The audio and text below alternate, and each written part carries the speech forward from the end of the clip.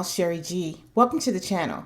So in this video, I am going to be talking about the scene in episode 16 of Love and Marriage Huntsville, season 6, where Kimmy and Maurice are talking. They went on a bicycle ride together and they stopped at this like little bridge, little thingy, and they're having a conversation about different things. Now, initially, when I saw the show,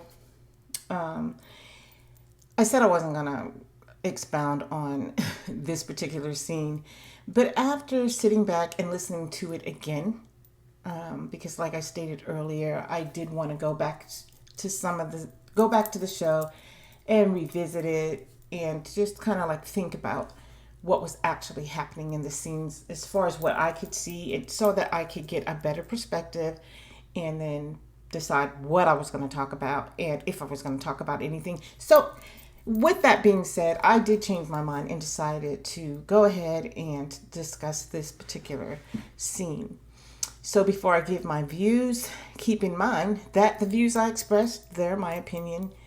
It is, everything is alleged, okay, and all that jazz. Now I'm going to go ahead and play the audio clip of the scene, and then I'll come back and give my commentary. Hang tight.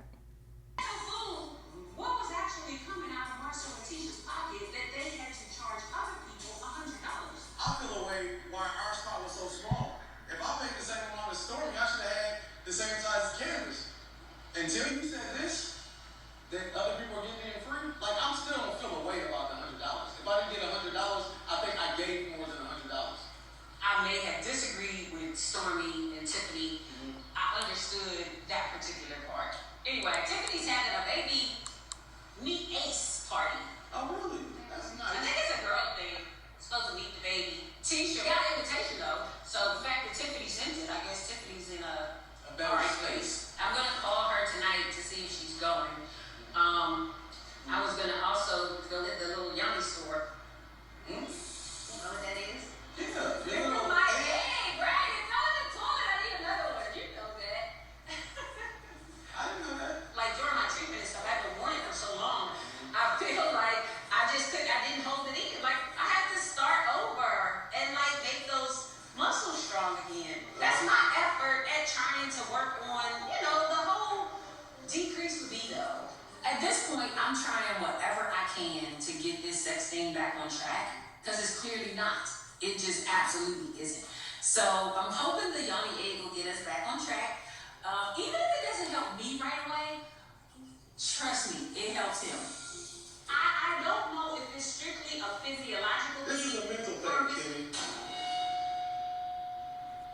Wait, you can't say that. I'm telling you. A medication made me feel this way, so you would think that all of a sudden I can just make my body want to have sex. That doesn't happen like that. You said you didn't want the whole faking thing, so that's what I'm trying to fix. That's why I'm saying, if you're faking it, that means that you're going through the physical process, and you're doing a good job of faking it during that process.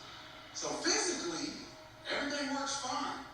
Do you know you would like to feel aroused when you have sex? That's part of having sex. That's not a mental thing. Same way you get an erection. Is that physical or mental? Mentally, it starts, and then it becomes physical. So you can tell me it's all in my head. It's actually not going to help the situation at all. Oh. You're blaming this on a mind thing. I'm blaming this on a medication that in a textbook says can happen when you take the medication. So how long does it take until it wears off? I don't know that. You didn't read that? You stopped right there. Most people, when they go to see a doctor, you say, hey, you have this ailment, we're going to give you this treatment. And then you say, how long till I'm good, doc? And he says, it ranges, but it's usually this period to this period. When your body is going through anything, everybody's reaction to it can be different. Everybody's recovery can be different. They said for this, it can take even up to a year. So I got a year. Let me set this. You're not helping. I need some type of end to this. That particular angle of conversation is not helpful. Shouldn't I have like some type of idea of when this thing stop? Isn't that a fair question? You've asked it 4 times. So we're on the same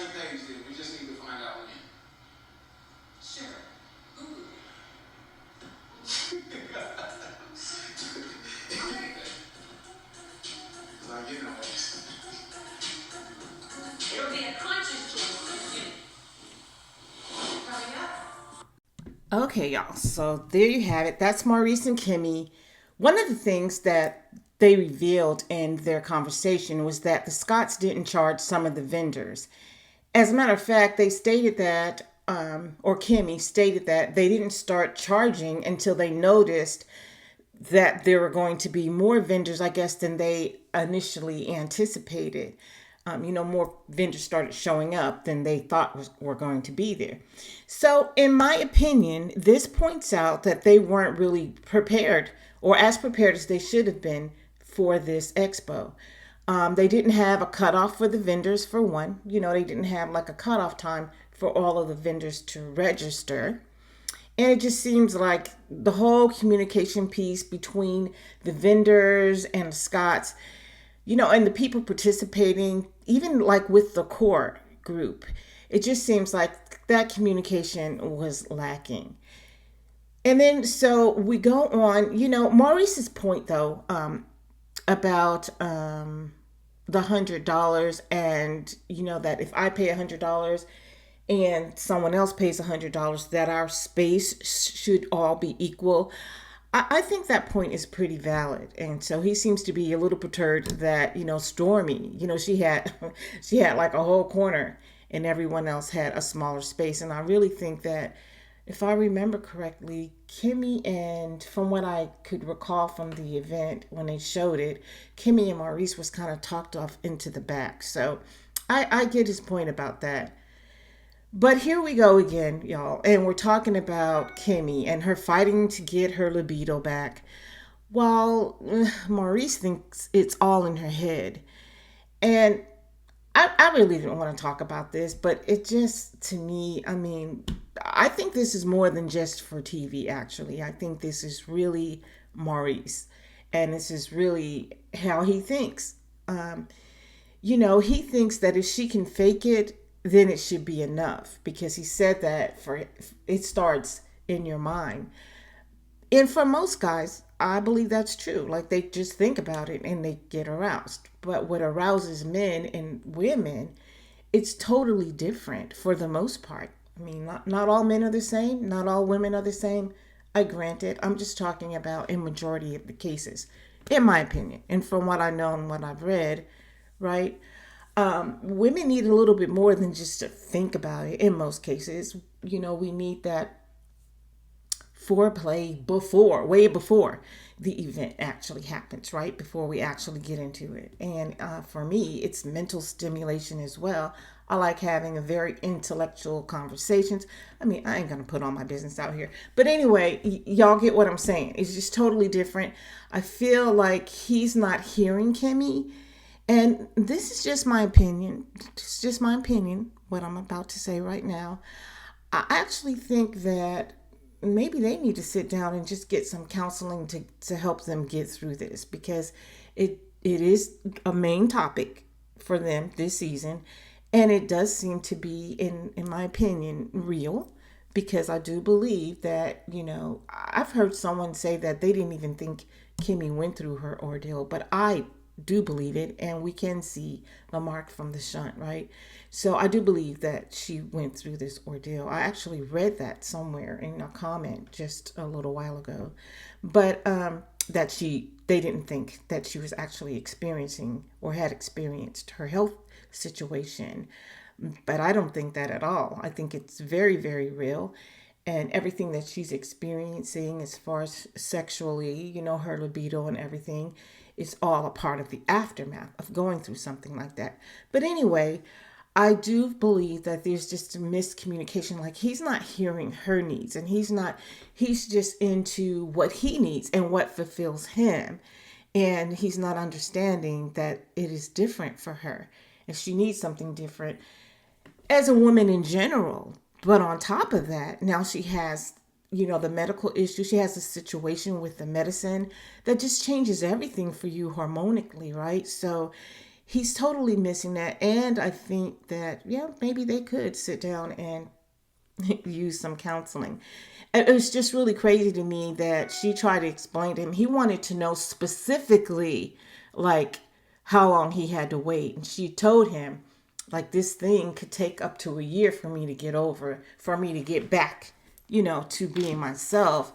But he sounded like, to me, in my opinion, that he wanted her to give like a specific date, like on December 26th of 2024, we should be good. Or December 26th of 2023, we should be good. I should be ready to go by then. That's what it sounded like to me.